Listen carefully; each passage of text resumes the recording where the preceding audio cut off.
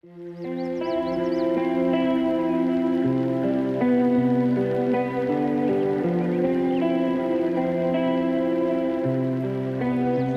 everybody, out here on the job site this morning. It is a Thursday morning.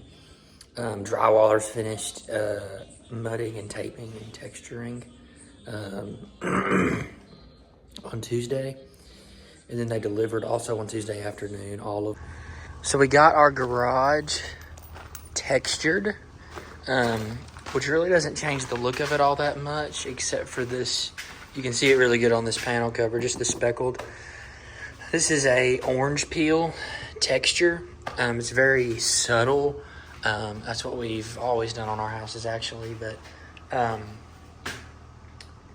yeah, it looks really good. I like it. The reason they went ahead and textured in here and not in the rest of the house yet is because we had all these doors delivered.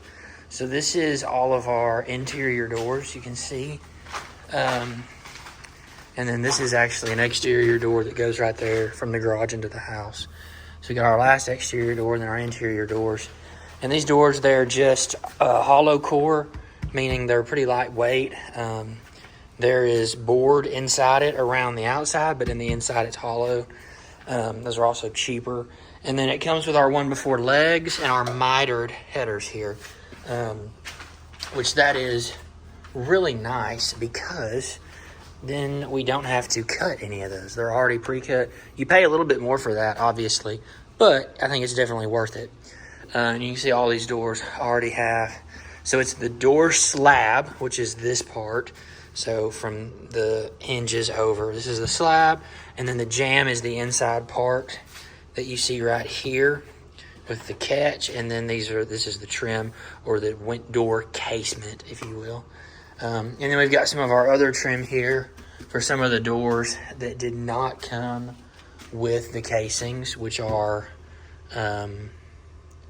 these ones here, which I'm not really entirely sure why they didn't come. I think he sent me some extras, actually. But anyways, 1, 2, 3, 4, 5, 6, 7, 8, 9, 10, 11, 12, 13.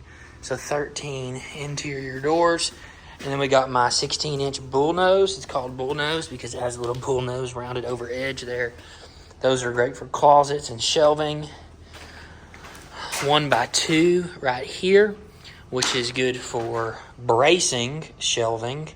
And then we've got our 1x6 here for our baseboard. Our 1x4 here for some of our window trims.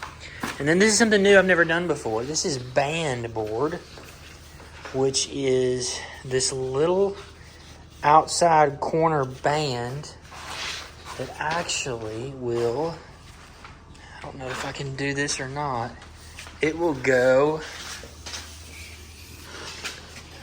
around the outside of this 1x4. This is too long of a stick, I can't show you. But anyways, that's going to be a nice little detail. So it won't just be these 1x4s, it'll also be that band all the way around it, which will be nice. But I want to show you guys a couple things before I get started this morning. You can see we've only got a few more doors left to hang.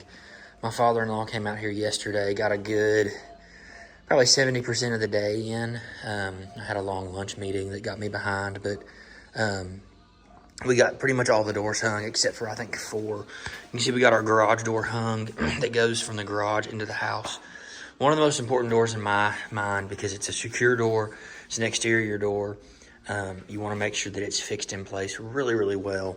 So I got this little temp lock in it because we've had some stray dogs just wandering in and walking through the house and hanging out. So now we can fix this door in place. So a couple of things when hanging doors. There's so much we could talk about, but here are the main high points. The first thing we do when we set this door in place is we get it in the opening. Well, first we check the opening and we make sure that there's no nails sticking out. There's no drywall mud sticking out so sometimes I'll take the edge of a speed square and I'll just scrape the inside of that door framing all the way around up against that 2x4 to make sure that there's not gonna be anything in our way. We'll set the door in place and then we will immediately put a little big stick level on each leg and a smaller one on the top and see where we're at. what I found that has worked pretty well is, let me show you. Here's one we have not done yet. So you can see the rough framing.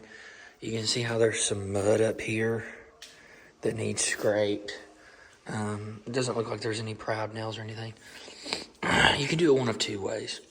You can either put your big stick level on this part before the door's in the opening and check it. And then use shims, which I'll show you again here in a second. Actually, right here, I've already done it.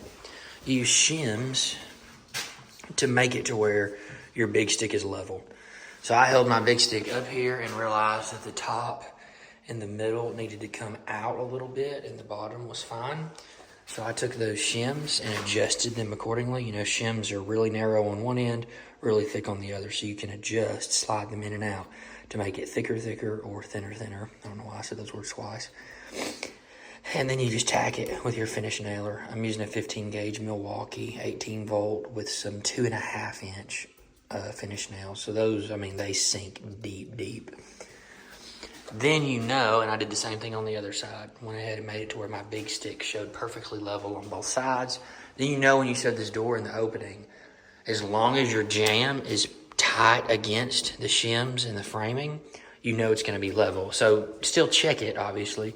Put your big stick in the jamb, make sure it's level before you go to nailing stuff. But you know that those problems are at least lessened, I guess you could say. So you can do it that way. What we've been doing, though, here's one we have done. You see the 1x4 trim. This one got beat up pretty good in delivery. Painters will have to fix some of that. We have been sticking the doors in the openings, and then what I do is I shim the top of each side and just make the gap even. There's probably going to be a 1/2 inch, 3/8 inch gap on each side. So I will just shim it to where the gap on each side on the top is equal. And then we'll put a big stick on it and work our way down, make sure we're staying level, shim it as needed. I always try to do 3 shims on each side behind my hinges, and then kind of on the same places on this other side as well. Get it snug, get it tight, nail it in place. Now, you saw in the garage earlier that these doors have the 1x4 trim already on them. So you may be thinking, how do you get that door in the opening when you have all this trim already on it? And by the way, that's what that band board's going to look like. Well, I can answer that for you, and I'm going to do it in our little linen closet here. So this is a really small door. It's a 2.0 door. We've actually got several of these in the house for little closets and things. So this 1x4 trim is already on the door casing when it gets delivered. But what's interesting, and I might need my light in here because it's pretty dark, is that this side of the 1x4 trim actually comes off. And we had an issue. So this closet is not wide enough for this trim to fit on it. The walls of the closet are keeping it from sliding in place. So I'm going to have to rip an inch off all of these, which is fine. But I want to show you this. This channel inside the door jamb, this 1x4 trim encasement slides into that channel.